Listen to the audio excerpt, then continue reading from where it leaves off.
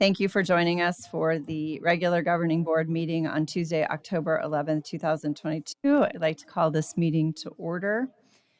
Please let the roll call reflect that all board members are present except for Mrs. Paperman. And please stand if you are able for the Pledge of Allegiance and a moment of silence.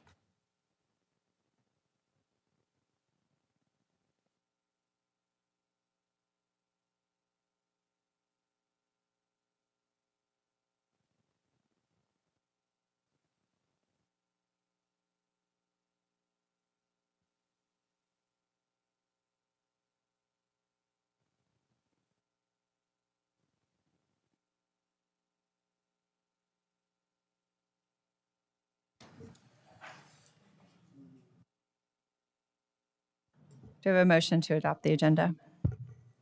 I would make a motion to adopt the agenda. I second. All those in favor, please say aye. Aye. Aye. Any opposed, please say nay. Hearing none, the motion passes unanimously.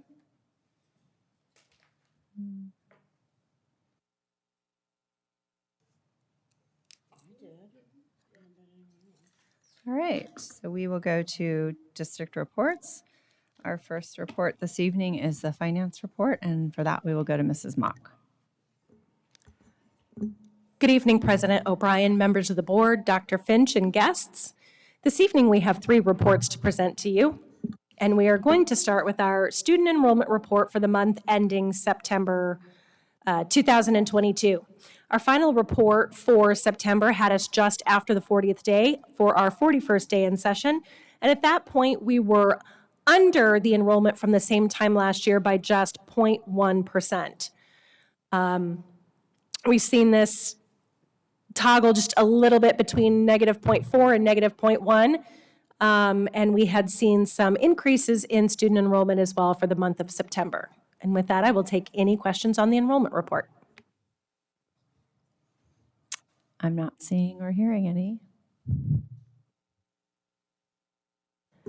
Thank you. For our next report, we are going to discuss our maintenance and operation, or M&O budget report for the month ending September as well. Not a lot of insight into what we've spent so far, but we can see how much we've spent in each of our categories for our certified, classified, and transportation staffing, and other areas as well. We still have some budget unknowns that we talked about when we discussed the August budget report as well. And those budget unknowns continue to be the aggregate expenditure limit, which has not been corrected yet by the state legislature. As a reminder, we always like to remind folks, if someone's listening for the first time, through no fault of any public school district in Arizona, school districts as a whole have exceeded the aggregate expenditure limit established through a formula that was created in 1980, and which we have exceeded thanks to some of the new funds that we have received last year from the legislature as well, including our increased funding for some of our Group B weights, our increased funding to the base support level, increases to Classroom Site Fund, which is a side note, Classroom Site Fund was not around when the formula for the aggregate expenditure limit was created. We are still hopeful that the legislature will come to a resolution and permit public school districts to exceed the aggregate expenditure limit for this school year and in the future. They do have until March 1st in order to do that. So we hope to have an answer sooner than that, but there are no guarantees. That is why you see the legislative budget additions at the bottom that are unapplied when we adopted our budget in July of 22. Those were new funds that we had not already applied towards salaries or any other expenses across the district. We were going to take them back through our process, which is our negotiated solutions team, and we are working on that right now. However, what we will come up with is a plan to spend those if and when the aggregate expenditure limit issue is corrected. As another fun side note, charter schools are not facing the same budget cuts. Their expenditures are not part of the aggregate expenditure limit. So that aggregate expenditure limit for us is about $43.5 million off that state total of $1.3 billion. We do add at the bottom of the report that about 1% of our average daily membership, or our ADM, is about $2 million.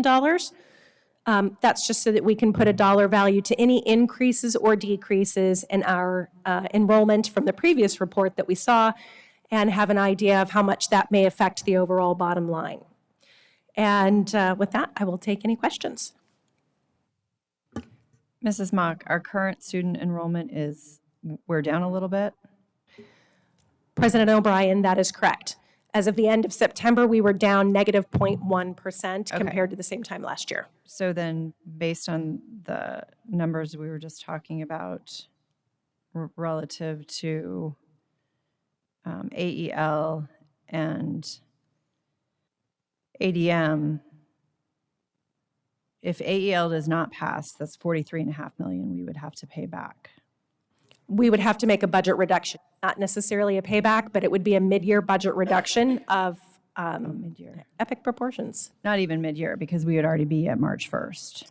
Correct, 3/4 of the way. Okay.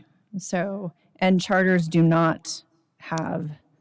They are not subject to the aggregate expenditure limit. Neither their expenditures are not included, and therefore they would not have to make any budget reductions. Okay. Thank you. Any other questions, board members? Okay. I'm sorry, Mrs. Fisher? So we're down 0.1, but we were already down, what, 4? Mrs. Fisher, President O'Brien, we do track enrollment on a weekly basis, so it does fluctuate anywhere from 0.1. I think our report for August was negative 0.4. No, I mean last year we were already down 4%. Last year, we had an increase from the year prior. We were still, had fewer students than 2018-19, which is what we were counting as the last non-COVID year.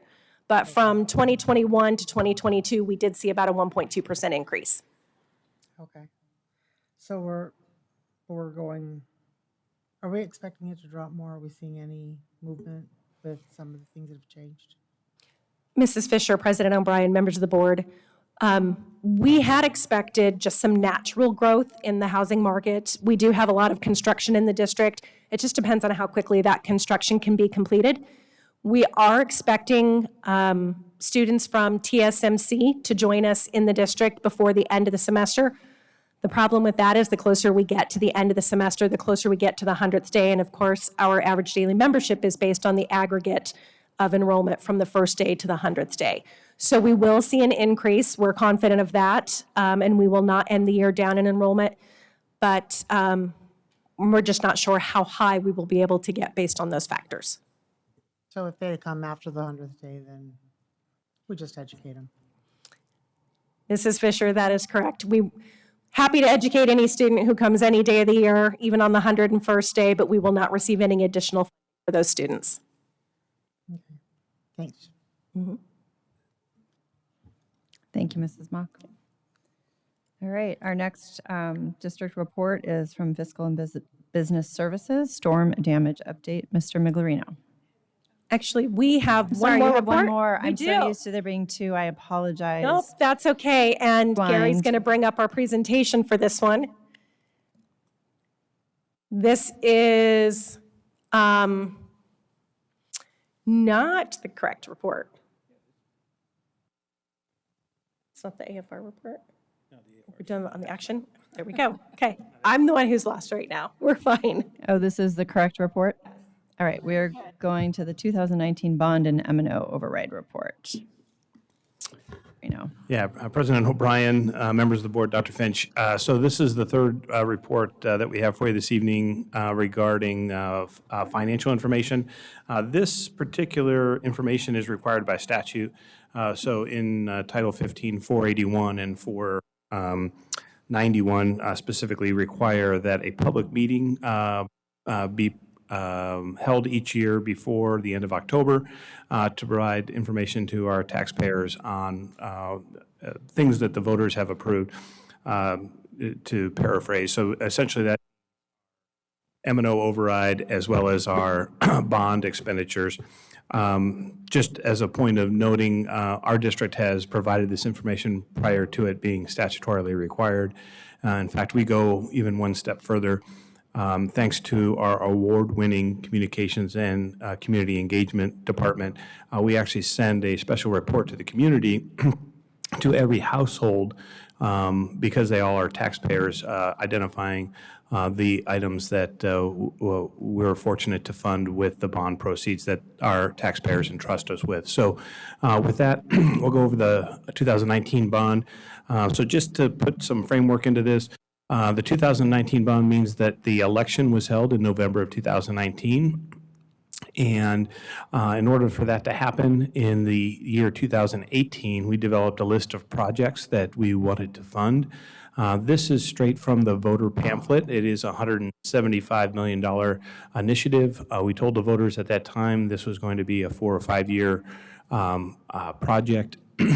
And just because November ends up being the end of the year on the calendar, or towards the end of the year in the calendar, we didn't sell these bonds into late into 2020 before we actually had some proceeds. This report is through June 30th, which is the end of our fiscal year.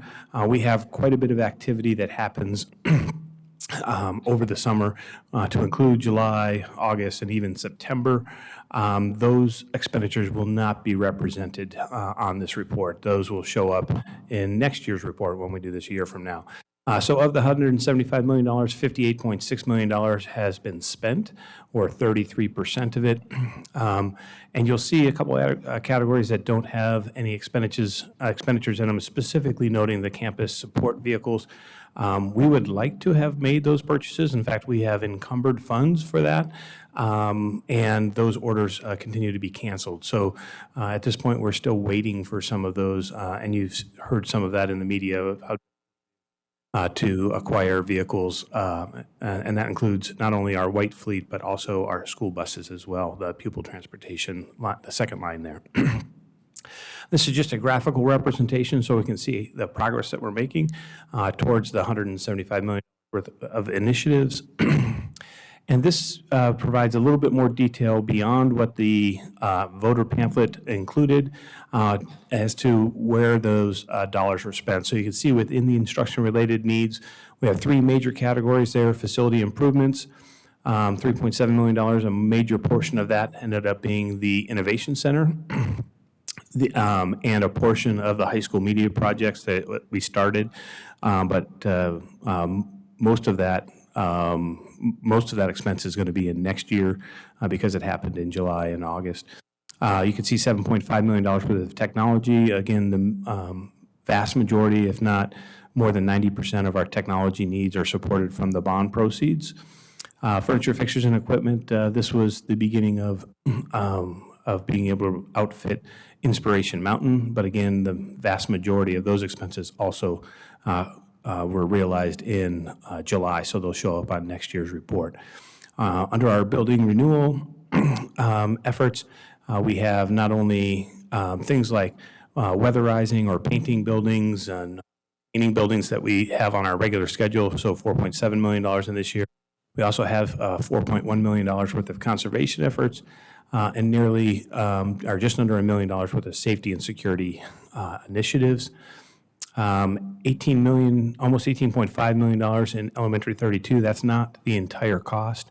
I think that total cost is $21.2 million. So we still have a small amount of that that's going to show up in next year as well. And then some building renewal amounts in for our administrative buildings. Again, as required by statute, those things that are not schools fall under a category called administration. So you see them broken out here as well. Again, the vast majority of that are building renewal schedule, a small portion for conservation and for some FF&E replacements.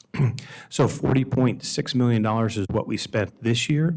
Add that to the $17.9 million we spent in prior years, and you do get that $56 million, whatever this number was, $58.6 million that we had spent to date.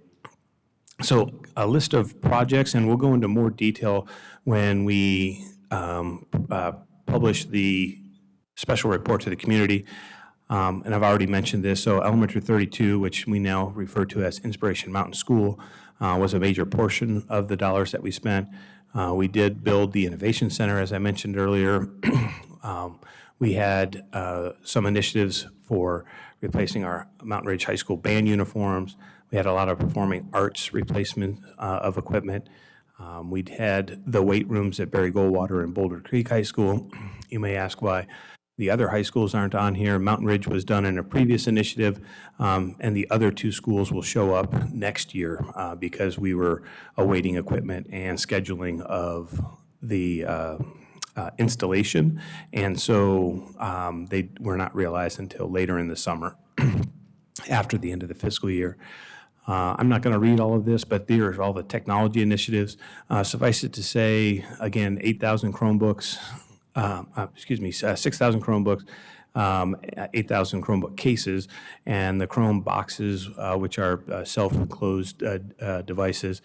We've had a large initiative with the flat panel displays. These are the digital displays. We're replacing our smart boards and projectors with digital displays throughout the district. So those are some of the big initiatives, along with some security upgrades that you can see here. So an air gap backup solution and some additional equipment to be able to secure our network as well. Here's our energy conservation efforts. As I mentioned before, was part of this initiative. When I went over the actual dollars that were spent, you can see that includes LED lighting retrofits, as well as energy management system replacements and some HVAC replacements at two schools. Additionally, with building improvements throughout the district, roofing, security and safety, fencing, Americans with Disability Act improvements, playground improvements, and paving efforts that we had at various schools.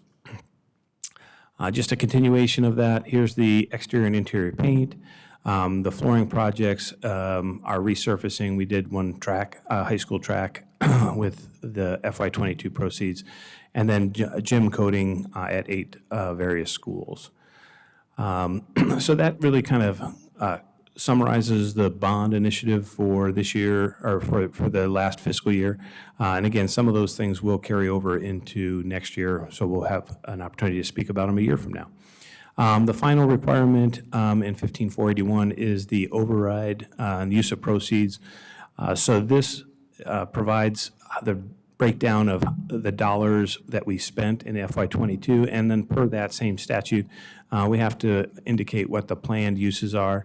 And again, because these items become prescribed per the pamphlet, you can see that there's a very similar expected use for the funds for FY23 to what we actually spent the funds in FY22. In full disclosure, once the M&O override is actually included in the M&O total, it's really hard to break out these expenses. So this is our best estimate of the use of those dollars. It's not that, we're certainly grateful for the voters approving the 15% override that we. It's just that those dollars aren't necessarily separately accounted for in the way the Uniform System of Financial Reporting, the USFR, has us account for them. So we can't really draw a direct line of sight to every dollar that you see here as we can with the bond dollars. So you're seeing more whole numbers here as you saw more exact numbers with the bond dollars. And that's the information that we wanted to provide. Again, this information is the precursor, if you will, to the special report to the community. Now that we have this information, we will start to work on that publication. And this is just a report, so it does not require any board action, but be happy to answer any questions the board might have. Okay, hearing none. We'll move on to call to the public. Oh, I keep trying to skip something tonight. Storm damage. I called for it before. Jim, you should have just kept talking. I was going to say, any of you that accuse me of not trying to finish this meeting early are wrong, very wrong. President O'Brien, members of the board, Dr. Finch, yeah, we were requested to provide some information about some of the storm activity that we've seen of late. It's of no surprise to many that we have seen a great deal of weather-related incidents of late. I saw a report today that Phoenix received more rain than Seattle between the month of July and October, and it wasn't even close. It was close to 2 inches of rain for Phoenix at 1.92, and Seattle was about a half an inch. So these are just some headlines regarding some of the storms that we have endured. And we're just going to provide kind of, I think there's three key storms that we're going to update here. July 30 is when we had the Innovation Center roof was removed by a strong wind, and we lost some trees, and we lost an entire fence at Mountain Ridge. Moving forward to August 18th, we had the UPS be damaged. We've shared that with the board previously, especially due to the emergency procurement to get the system up and running. That did take down all of our technology district-wide for the following morning before we were able to get that back online. We had some field flooding and, again, some more trees down. Fast forward to the October 3rd storm. This storm was more wind-related than rain of the other two storms, and there's a extensive list here of downed trees, shade structures that were damaged. And again, this continues onto this page to be able to see the extent of this damage was widespread. This is just the damage that we occurred on our premises. There were adjacent properties that also saw damage, whether those are HOAs or themselves. And special recognition goes out to our facility staff, who's already short-staffed, and then had to contend with all of these events. The October 3rd event was notably widespread and caused quite a bit of stress to an already strained system when it comes to staffing. And I'd be happy to answer any questions the board might have regarding those activities. Mrs. Ordway? I really don't have any questions, but the reason this report was requested was to point out that we did have lots of damage throughout the storm season, and that our employees work very safe, very fast, and the team it's a crazily well-oiled machine, and they make sure that by the time kids got there and other employees got there, that there was safe access to and from the school. So they are so very much appreciated. Thank you to everybody who works diligently to make sure our campuses stay safe. And thank you, Mr. Migliorino, for that report. All right, now we will have call to the public. I promise not to skip over it. No, you will not. If Heather Calderon could start walking, I'll start reading the admonishment. The board invites public comment on the district's business in general and on any agenda item in specific. All speakers must observe the rules of decorum. Speakers must fill out a card listing name, address, and topic and hand it to the board secretary prior to the president calling the meeting to order. Speakers must make their comments in no more than 3 minutes, which you are the only one, so you get your full 3 minutes. If there were more, the board president can shorten the speaker's time.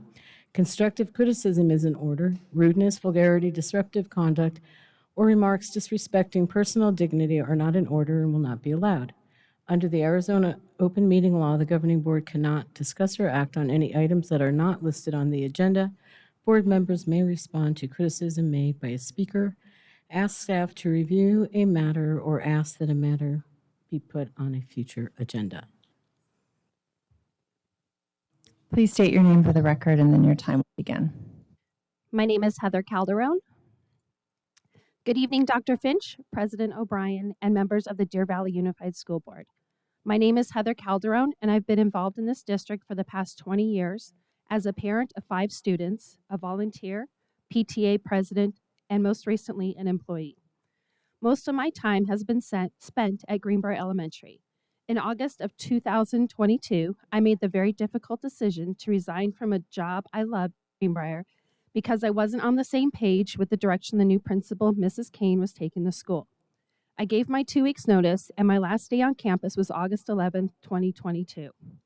While working in the front office, I saw a huge need for substitute teachers and decided that I would pursue getting my certification in the state of Arizona. I was hired by ESI in September to be a substitute teacher in DVUSD as well as Peoria. I was also contacted by a preschool teacher at Greenbrier to sub in community ed, but this would require me obtaining additional certification in CPR and first aid and a TB test, which cost me an additional $150, but I was happy to spend it because I really do like the programs at Greenbrier. I feel it is important to bring to your attention how I've been treated since becoming a substitute teacher in this district. I was looking forward to giving back to the Greenbrier community and filling a need on the campus. On September 28th, I had accepted 2 half-day positions at Greenbrier, but received notification the night before that both jobs were canceled by admin and that I was no longer needed. In fact, a sub was needed, and both those classes were forced into sub rotation for the day. This led to kindergarten students being displaced among other classrooms and music students going to the playground for free play. I reached out to Ms. Cloud in sub-services to inquire about this cancellation. I have never had a negative encounter on a campus or an issue with students or staff at Greenbrier. I have always received high marks on my work evaluations and have been the recipient of numerous DVU stars. I mentored students on this campus and had a great working relationship with the teachers. Later on the 28th, I received a phone call from Mrs. Bushnell and was told that I was being blocked from subbing at Greenbrier because the principal, Mrs. Kane, wasn't comfortable with me being on campus, but I was more than welcome to sub at other schools. Seriously, talk about feeling like a criminal at this point. The whole point of my desire to become a substitute teacher was to help at Greenbrier. We all know that if a sub is familiar with the campus, the students, and the teachers, it makes for a great experience for all. Greenbrier has had to go on sub rotations because they do not have enough subs. Does this really make sense? The principal is willing to jeopardize students' learning because, in my opinion, she has a personal vendetta against me. I have several teacher friends on this campus that I was ready to sub for and had to shamefully tell them that I was not able to help them and that I was being blocked from subbing at Greenbrier.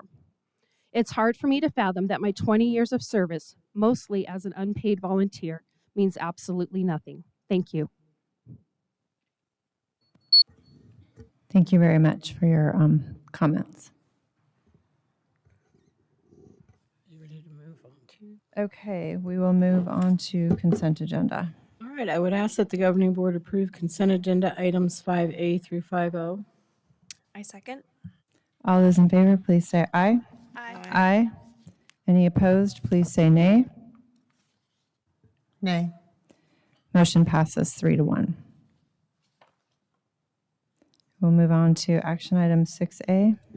I would ask that the governing board approve all employee professional development out of state per governing board policy GCCE. I second. We have a motion and a second. Any questions or comments? Hearing none, all those in favor, please say aye. Aye. Aye. Any opposed, please say nay. Motion passes unanimously. I would ask that the governing board approve the intergovernmental agreement between Deer Valley Unified School District and Maricopa County Community College for the College Advisors Program. I second. Mr. Miglerino? President O'Brien, members of the board, Dr. Finch. This agreement, intergovernmental agreement, is with the Maricopa County Community College District, but more specifically with the Paradise Valley Community to be able to provide additional support on the Barry Goldwater High School campus specifically for post-secondary placement of students at Barry Goldwater. I was surprised to learn through this process how many of our Barry Goldwater students do elect Paradise Valley Community College. This will provide further supports for them actually placing staff members at the school. So this agreement's been worked out with ALS and our CIA department, as well as Dr. Stolk at the campus. Board member questions? Okay. Seeing none, all those in favor, please say aye. Aye. Aye. Any opposed, please say nay. Hearing none, the motion passes unanimously. Item 6C, addenda pre-approvals. I would ask that the governing board accept the administration's recommendation to pre-approve the addenda as presented. I second. Any questions? Hearing none, all those in favor, please say aye. Aye. Aye. Any opposed, please say nay. Hearing none, the motion passes unanimously. I would ask that the governing board accept the administration's recommendation to approve the annual finance report for fiscal year 2021-2022. I second. Okay, thank you. For this, we will go to Mrs. Mock.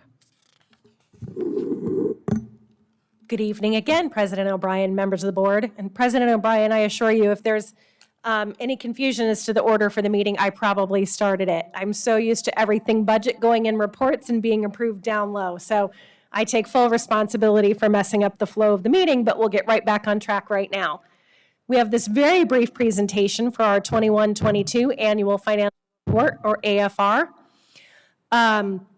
We are required by statute to have the governing board approve the AFR by October 15th. And this really is the culmination of all of the budgetary decisions that we've made throughout the year, starting in August of 2020 and going through the end of May 2021 and getting the budget approved in July of 21, all the way through all of the M&O reports through the school year, all of the decisions that we made for additional one-time payments. And so this really is just the wrap-up and 7-page, give or take, representation of what that looked like in a nice, neat little package. And what it looks like is the total of all of our expenses did increase $30.5 million from the prior year up to $403 million total in fiscal year 22. Overall, our M&O spending was up $3.4 million, or 2.1%. Mostly that was due to our increase in students we saw last year. We had increased state funding last year, and the full restoration of district additional assistance, in which case we're able to move additional funds into M&O as well. Spending on salaries increased $1.2 million, or just under 1%. Probably would have been a little more had we been able to fill all of the vacancies that we had throughout the school year. Our salaries and benefits do equal 86% of our overall maintenance and operation spending for fiscal year 22. Typically, that's anywhere between 84 and 86%. We had projected an M&O carry forward of around $22 million as we compiled the budget for FY23. But once all the dust settled, we're ending on an actual amount of $25.7 million. We did have an increased spending for transportation of 12.3%. We do attribute a lot of that to increased fuel costs and increased contracted transportation due to not having our own drivers, and it does cost a substantial amount more when we go through charter transportation. Overall, our instruction, or directly our teachers, spending on instruction, school supplies, things of that nature, increased just slightly. We do stand around typically 58 to 60%. I think last year we were right at 58, or 58 point something. So we did come back up to 59% of our overall M&O spending for fiscal year 22. And our classroom spending, which includes that direct instruction, but also our support services and our curriculum support. So all of the services that Dr. McCusker and her staff provide, and Dr. Galligan and their staff provide, are included in that classroom dollar spending. And we were able to tick that up from 69% in FY21 back up to 70% in 22. And again, thanks to the restoration of our district additional assistance, or our capital, we did have an increase in spending in capital from $6.5 million, and those numbers did not get finished. I apologize. It should be $6.5 million in 21, increased to $7.1 million in fiscal year 22. As a reminder, if you don't remember last year's presentation as well as I do, because clearly committed to memory, or I just looked at it on Friday, We actually had in FY20, fiscal year 20, our capital spending was up to $8 million. And so we've had we had a little bit of a downtick, but we're coming back up in our expenses, specifically on curriculum and a lot of curriculum support software or student support software as well. So here's what this looks like specifically for M&O. These are all of our categories. We did see 6.7% increase over spending from the year prior on Function 1000. Overall, 2.1% increase from the year prior. So here is that year prior. Here's what fiscal year 21 looked like. We break this down, and you will see only a slight change for fiscal year 22, and that is that we had that 59% coming back in instruction from the 58. And the category that came down slightly was, I should have put this in my notes, I apologize, we're just going to make people dizzy for a quick second. I heard it on my left. Central services. Thank you. I should look down here because I can't see that far. Central Services 2500 function, which is our business office. Thank you, President O'Brien. Even though we saw a significant increase in transportation with that 12%, we saw a decrease in central services, but also in our maintenance and operation and maintenance of plants. So our facilities are that 2,600. So their percentage stayed the same, but their dollar value that they spent did decrease slightly, as well as the 2,500. So that's how transportation was able to maintain that 5% of overall spending. And that's really all we have for the annual financial report for fiscal year 22, but I will be happy to answer questions. Any questions? Okay, seeing no questions, all in favor, please say aye. Aye. Aye. Aye. Any opposed, please say nay. Hearing none, the motion passes unanimously.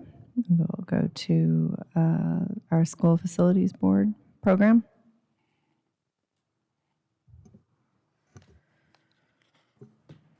I would ask that the governing board accept the administration's recommendation to approve the Arizona School Facility Board Preventative Maintenance Plan Report for 2021-2022. I second. We have a motion and a second. Mr. Miglerino. President O'Brien, members of the board, Dr. Finch. So this is an annual requirement for us to share the list of tasks that we were able to complete at each of the schools under the areas that are assigned as tasks by the School Facilities Board. And I'm trying to find a politically correct way of saying this. There's no funding mechanism to this, and there's not a mutually agreed upon sense that all of the lists that are on the tasks, the list of tasks should be done on an annual basis as the School Facilities Board identifies that they should. So we simply complete the report as required and submit to the School Facilities Board. It is statutorily required and does require a signature from the board president, the superintendent, and the director of facilities. So as such, we put it on the board agenda. Since those signatures are required. It is on their standard format, so I know if you're looking at it, you'll see it has the wrong address. There's various information that's not correct on it. We have notified them for years, but they have been unable to correct it. So the information in terms of the list of tasks is correct. We provide that information to them. The rest of the information is in the format that is required by the School Facilities Board, and I'd be happy to answer any questions the board might have. I have my yearly question. My Mrs. annual question. Ordway? Do you know how many outlets there are in the district? Electrical outlet, Ms. Ordway, President O'Brien, no, we do Good not. choice. We do not count the number of electrical outlets. They do ask in the electrical tasks, and I think I've shared this before, they do ask for us to check and verify that all the electrical outlets are working. We just simply do not have the manpower for that, and so alternatively, what we do is we, if an electrical outlet fails to work, we ask those people at the school to put in a work order system and then address it at that time. I just figured I'd ask a question to the right person at the right address. Mrs. Fisher? So just to clarify, what you're saying is this is a bogus report that's required. It means nothing to anyone, and it's busy work for the school facilities board to show they did something, correct? President O'Brien, Ms. Fisher, I didn't say those words, but I don't disagree with the sentiment. I And just had to have fun with you, Jim, I'm sorry. yeah, and the absent completing this report, then we would not be eligible to receive school facilities board funding. And I know that's not a big setback for our district because we haven't qualified in the past, but there was some legislative appropriations to the school facilities board. So we do have, and I think the governing board might recall several meetings ago, we do have 3 existing roofing projects that are being assessed by the school facilities board. So we are seeking some additional funding. We have to have all these reports submitted to be able to be even considered to be eligible for the funding. So from that standpoint, we are checking the box. I don't know that anybody does anything with this information to the best of my knowledge. I think that's your point, Ms. Fisher. I think this might be called the Ever Hopeful Report. Ever hopeful we might receive some money to help us with our maintenance. Thank you for that report and for the questions and comments. All those in favor of approving this report, please say aye. Aye. Aye, Captain. Any opposed, please say nay. Hearing none, it passes unanimously. We will go to preview item A, the first reading of policy JLCB, which is Dr. McCusker.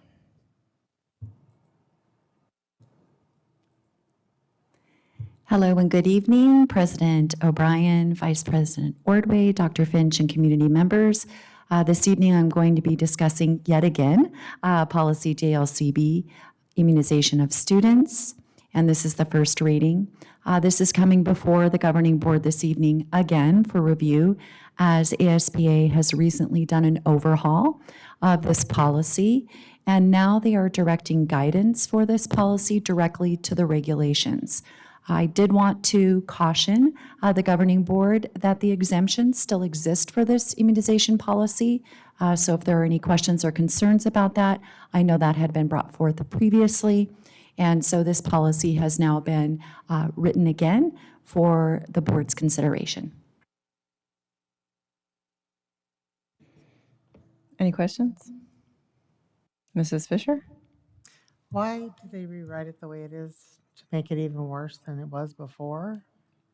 I mean, basically, this is just saying we abdicate our responsibility to the superintendent, who may or may not do what we ask him to.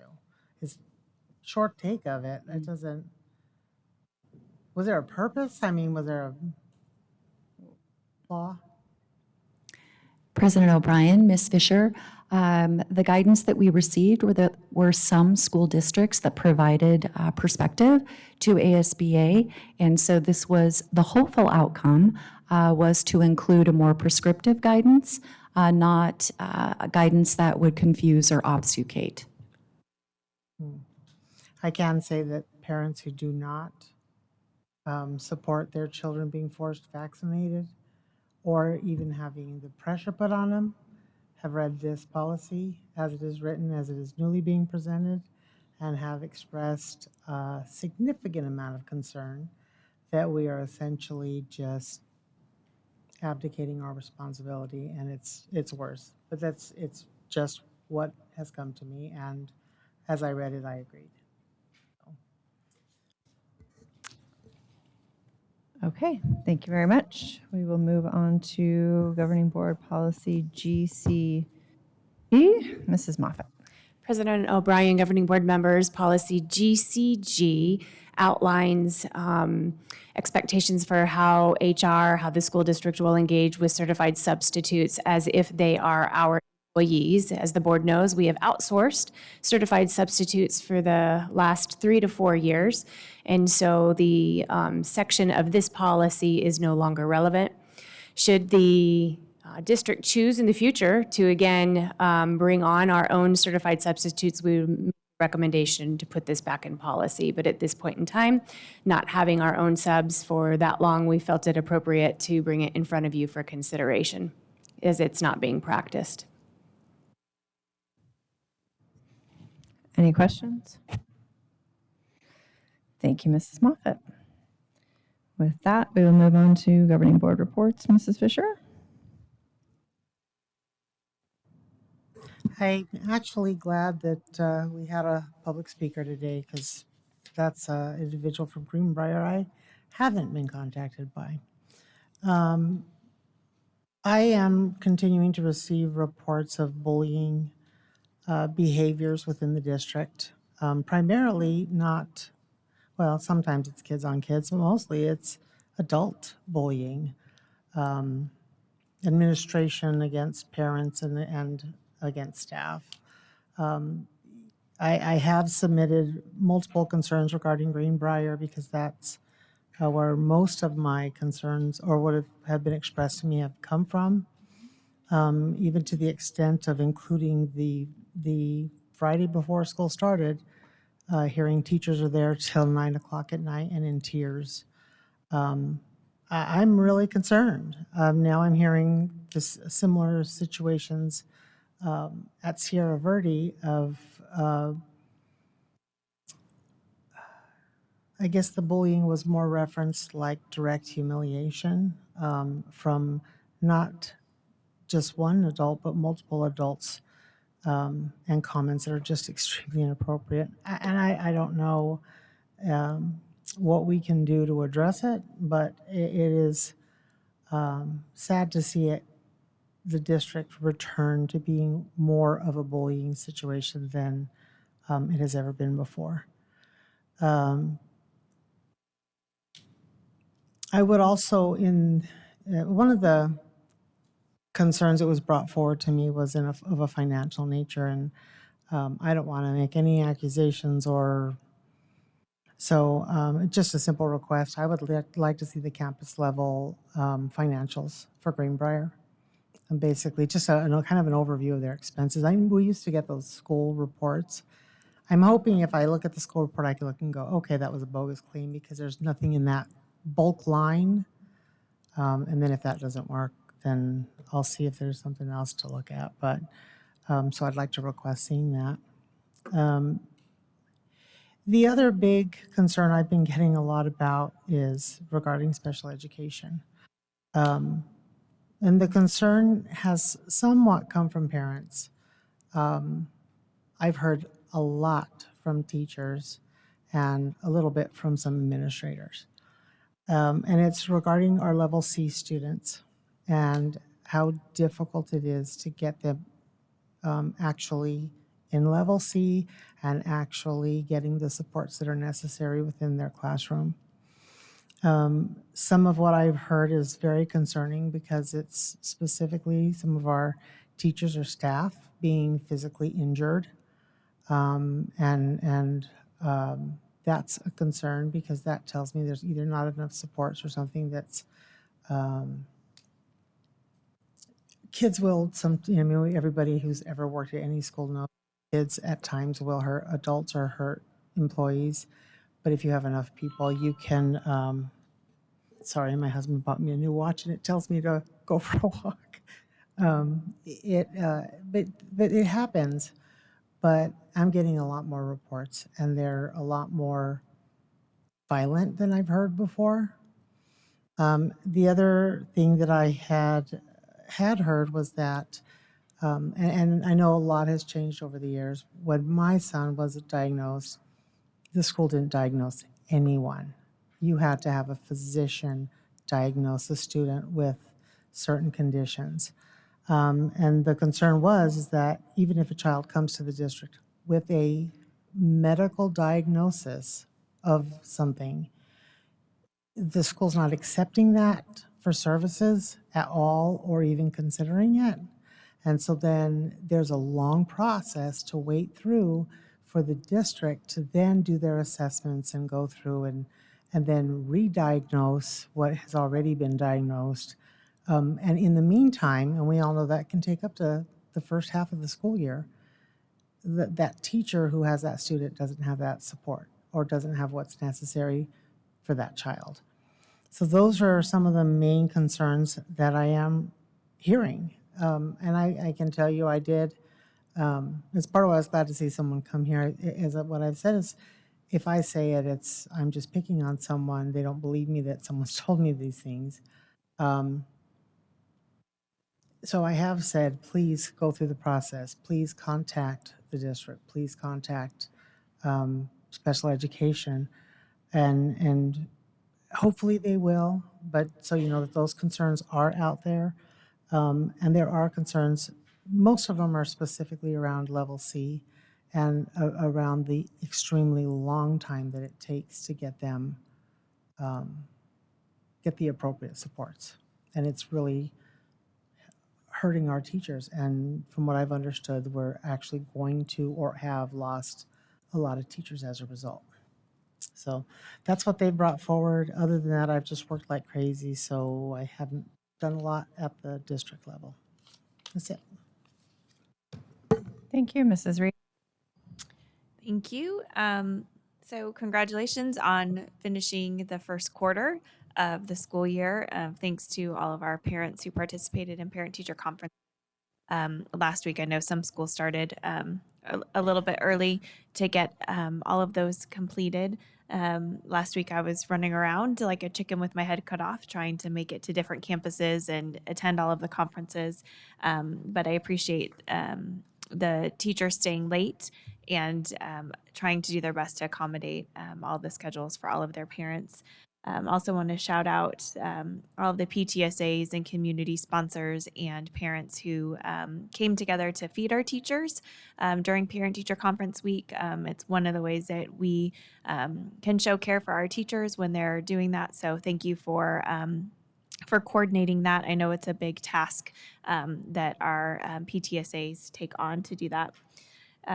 Since we won't be meeting before then, we have Bus Safety Week coming up the 21st. So just a shout out to our DVUSD transportation team. They do such a great job trying to make sure that they are there everywhere they need to be and on time, and delivering our students safely to school and back home. And then it's also a really exciting time in our district right now because it's homecoming time. So over the next few weeks, all of our DVUSD high schools will be celebrating homecoming. And I know a couple of months ago, we were in the room for the pop luncheon, and the elementary and middle schools worked with the high schools to develop some really neat homecoming plans to support some of the festivities that the high schools were doing. So it'll be neat and exciting to see some of those plans come to fruition. We also have fine arts and competition season starting to kick off with our bands. I know our bands have been competing the last 2 weekends.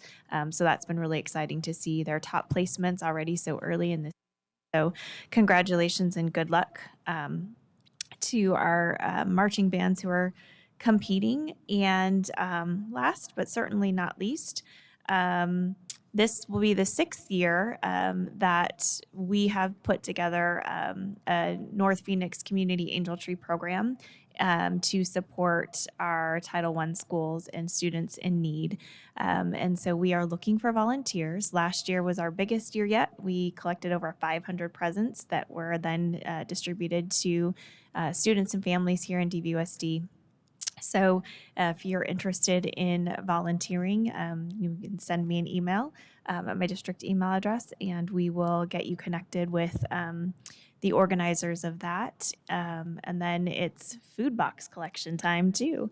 I'm sure Mrs. Ordway will mention that in a second, but it's really neat to see our community members and business partners come together during the holiday season to support our students and our families who are in need. And it is a big endeavor, and our parent liaisons and our social workers and our school and school nurses do a tremendous job over the next couple of weeks collecting all of that information and that all of our students are taken care of during the holiday break. So thank you in advance for all the work that you do.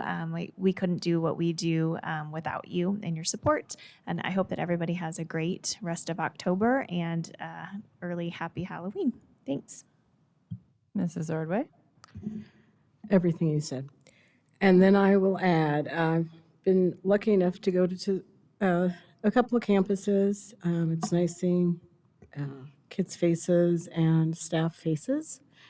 Another big shout out to our storm cleanup team, whether it was IS&T facilities or just somebody that was like walking on the campus early in the morning or late at night and picked up a branch and moved it out of the way. I know that I said it already and Jim talked about it, but the enormity of our district, you could smell the wood from the chainsaws as you drove down the 101 because of the schools that they were cleaning up from. So just the way that they worked together, and we had our technology from the first hit figured out as soon as parts came and whatever else was needed, got us back on track. So that's a lot of work done by not a lot of people. So shout out to them. I'm also asking again, I think it's again, for the factors that we use in deciding safe school routes in regards to crime on certain walking routes. And just need that in an update. The last time we looked at it, do we determine it only solely by what cities tell us are safe, or have we come into our own and taken into consideration what streets and neighborhoods look like in 2022? Almost said 2020. Parents and volunteers on campuses is looking good on the campuses, talking about the food boxes. We have started getting our contact people for the certain campuses that we will be helping. We were also going to talk at the K-12, and one of the things I believe we're going to mention, spoiler alert, is that we have many of our campuses that collect food for various food distribution, St. Mary's, St. Vincent de Paul, wherever. And what we are going to ask is that perhaps we start looking in first and seeing if there's needs inside our district before we go outside, even though many of the people that go to St. Mary's and the various places they're collecting are from our district. But this way we could have our campuses food pantries stocked by our own. Each campus has a surplus of something, every campus in our district, and at some point in time they will share with others. So at this point in time, as we start embarking on the holiday season, the food boxes that we talk about are not filled with turkeys and that. It is simply the food that they will not be getting for the week that they're off during Thanksgiving, and also we try to get it for the winter break. So that's what we'll talk about on Thursday. But just in case we have student councils that are looking for something they want to do for the holidays, if they would look us up and see if we have a campus within our family that needs to have some donations. Thank you. Thank you for all of those board reports. So I'm going to go back in time a little bit because last board meeting I forgot to mention something that was very exciting. The Phoenix Police Foundation has a Women in Blue honoree lunch in September. And I was fortunate enough to get to attend and find out that one of Deer Valley Unified School District's very own, Barry Goldwater High School graduate, Sandy Borbola, was honored by receiving the Up and Comer Award. She is currently a police assistant and a police cadet. She's wanted to be a homicide detective since she was a very little girl, and you cannot become a police officer until you're 21. So she joined the cadet program and has recently started working full-time as a police assistant until she is eligible to become a Phoenix police officer. And so not only is she a Deer Valley Unified School District graduate, but she also works in the Cactus Park precinct, which covers much of our school district area. So it was a double whammy. So congratulations to Sandy, one of our own. So that was very exciting news. And it was great to honor her as well as the other ladies who were honored that day. In addition, I will, in the award mood, in case you didn't get to join us at 6:30, want to make sure you know that our very own Mrs. Mock was honored in the Finance Department for the ASBO Certificate of Excellence in Financial Reporting. So congratulations to her and her team. And not to be outdone, we had our communications department be awarded the National School Public Relations Association Gold Medallion for the kindergarten recruitment program. So congratulations to Monica Allred, Caleb Paloga, and to our late Tracy Nelson. So great job, ladies, and congratulations. We want to know if there's a platinum medallion out there for y'all to get next time. Maybe not. Although we were very excited to hear Kayla say, "What are we going to do next?" So maybe not a maybe not platinum, but maybe another gold medallion. So that will be exciting. I want to give a shout out. We had got to celebrate the Double 10 Day at ASU West, and got to meet a couple of our students at the event. And they are two adorable kindergartner and third grader, and I didn't ask permission to use their names, so I'm not going to, but they were adorable, and they're in the Desert Sage Mandarin program, and so they spoke a little bit of Mandarin to me, and I think had a lot of fun at the event. So it was great to see some of our community members out at that event. I'm also thankful for all of the teachers and staff and parents and students who participated in parent-teacher conferences. I have requested from Dr. Finch to see some numbers on our attendance and how the different campuses had parent-teacher conferences available this year. Let me see, I kind of wrote notes all over my piece of paper here, so I don't want to miss anything. And then I'm going to piggyback on my fellow governing board members who talked about the food boxes that we've been doing, as well as the Angel Tree program. And none of that could happen at the level we are currently at without the help of the Deer Valley Foundation and Marie Brennan and her staff. So we are very grateful, Marie, for you stepping in and helping us to take this to the next level so that we can hopefully put something in place that becomes permanent for volunteers to continue to work on this for years and decades to come, because we will always have families who need some extra help. And I also want to give a shout out to our district administration as well as the staff across the district, because many of you step up during the holidays, and whether it's do food boxes or adopting and just filling in different places. So kudos to everybody across the Deer Valley family who does that. I thank you, but special shout out to Marie Brennan for helping us to make our program more permanent. And I think with that, we will turn it over to Dr. Finn. I didn't forget him, because you know why I didn't put a check mark next to his board report or his superintendent's report. All right, you're up. Nice. Well, I'm going to start with the Double 10 because I think you're selling yourself short. The true story behind the curtain was that Miss O'Brien was a key piece to that setup and a key piece to making that go.